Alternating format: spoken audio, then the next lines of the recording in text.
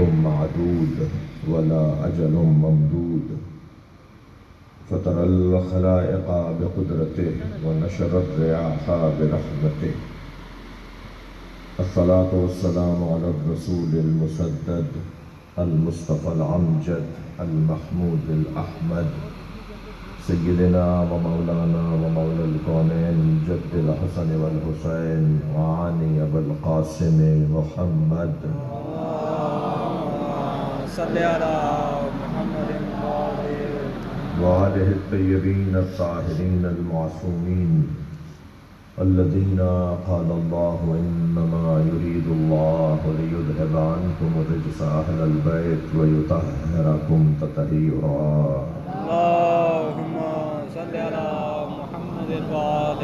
محمد ولعنة الله على أعدائهم أجمعين من يوم عداوتهم إلى قيام يوم الدين أما بعد قال الحكيم في قرآن الكريم بسم الله الرحمن الرحيم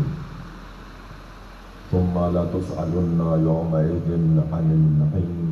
صلوات اللهم صل على محمد وآل محمد اس سے بلند صلوات پڑھیں اللهم صل على محمد وآل محمد ایک اور بلند صلوات پڑھیں اللهم صل على محمد وآل تھوڑا محمد سا آگے آ جائیں گے ایک صلوات پڑھتے ہیں اللهم صل على محمد وآل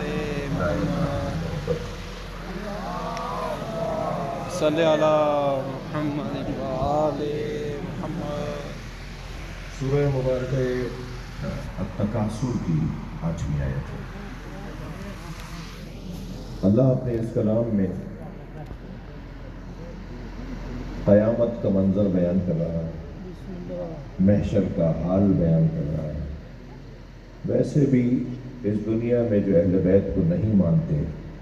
ان کی قسمت خراب ہے، بے شک بے شک اس لیے کہ آخرت میں جب علی کا جلوہ نظر آئے گا تو روایت کہتی ہے کہ کچھ لوگ ہاتھ مل کے کہیں گے کاش ہم تو راب ہوتے۔ کیا بات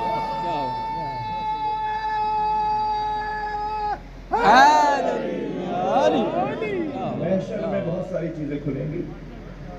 مجھے ان لوگوں سے کچھ زیادہ ہمدردی ہے، مجھے شیعوں سے زیادہ ان سے ہمدردی ہے کہ جو آج علی کے دروازے پہ نہیں ہے، اور اس کی وجہ یہ ہے کہ کل ان کا حال خراب ہو جائے گا اگر آج وہ نہیں مانے تھے۔ اس لیے میں شیعہ برادری سے کہتا ہوں کہ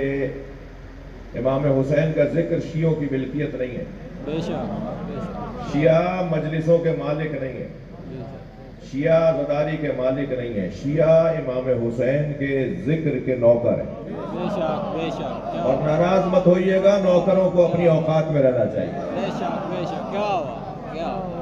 مالک کے مہمانوں کا خیال کرنا چاہیے۔ کیا لہذا شاعر کہتا ہے کہ در حسین پہ ملتے ہیں ہر مزاج کے لوگ۔ کیا بات توجہ بڑھائیے گا، در حسین پہ ملتے ہیں ہر مزاج کے لوگ، یہ دوستی کا وسیلہ ہے، دشمنی کا نہیں ہے۔ بے شک کیا تو جتنا اخلاق کے ساتھ، جتنا اچھے انداز کے ساتھ ہم اہل بیت کا پیغام، اہل بیت کی تعلیم، اہل بیت کی عظمت کو ان لوگوں تک پہنچائیں جو اب تک نہیں آئے، ذرا دور دور ہیں، پرے پرے ہیں، وہ جب آشنا ہو جائیں گے، آگاہ ہو جائیں گے۔ کوئی دنیا میں عقل مند نہیں ہے کہ جسے خوشبو نظر آئے وہ خوشبو کو پسند نہ کرے۔ دنیا میں کوئی معقول آدمی نہیں ہے کسی کو حسن نظر آئے وہ حسن کے آگے سر تسلیم کو خم نہ کرے۔ ہم سب فطری طور پر جتنے بھی انسان ہیں، وہ مسلمان ہو یا غیر مسلم ہو، غیر مسلموں میں کوئی ہندو ہو یا عیسائی ہو، یہودی ہو، جتنے بھی انسان ہیں ہم سب فطری طور پر کمال طلب ہیں، کمال جو ہیں۔ ہمارے مزاج میں کمال طلبی پائی جاتی ہے۔ جہاں بھی ہم کمال دیکھتے ہیں وہاں راغب ہونے لگتے ہیں، وہاں پڑھنے لگتے ہیں، ہمارے قدم وہاں پڑھتے ہیں جہاں ہمیں کمال نظر آتا ہے۔ اب کمال کسی کے نزدیک علم ہے تو وہ اہل علم سے دوستی کرتا ہے، کمال کسی کے نزدیک شجاعت ہے تو وہ بہادروں سے دوستی کرتا ہے، کمال کسی کے نزدیک سخاوت ہے تو وہ سخیوں سے تعلقات بناتا ہے، کمال کسی کے نزدیک حسن ظاہری ہے تو وہ حسینوں کے دروازے پہ نظر آتا ہے، کمال کسی کے نزدیک منصب اور کرسی ہے، عہدے ہیں اور کرسیاں ہیں تو وہ صاحبان منصب سے دوستی کرتا ہے۔ کمال کسی کے نزدیک شہرت ہے تو وہ مشاہیر سے تعلقات بناتا ہے۔ عزیزان گرامی، اللہ نہیں چاہتا تھا کہ لوگ در در کی ٹھوکریں کھائیں۔ اللہ نے اہل بیت کے گھر میں سارے کمال رکھ دیے۔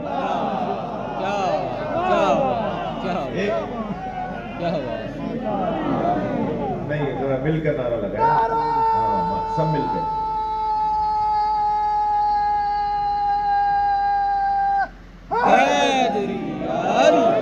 کون سا کمال ہے جو اس گھر پہ کمال پر نہیں؟ علم یہاں کا ایسا ہے کہ میرے مولا فرماتے ہیں لو سنیت لی الوسادہ،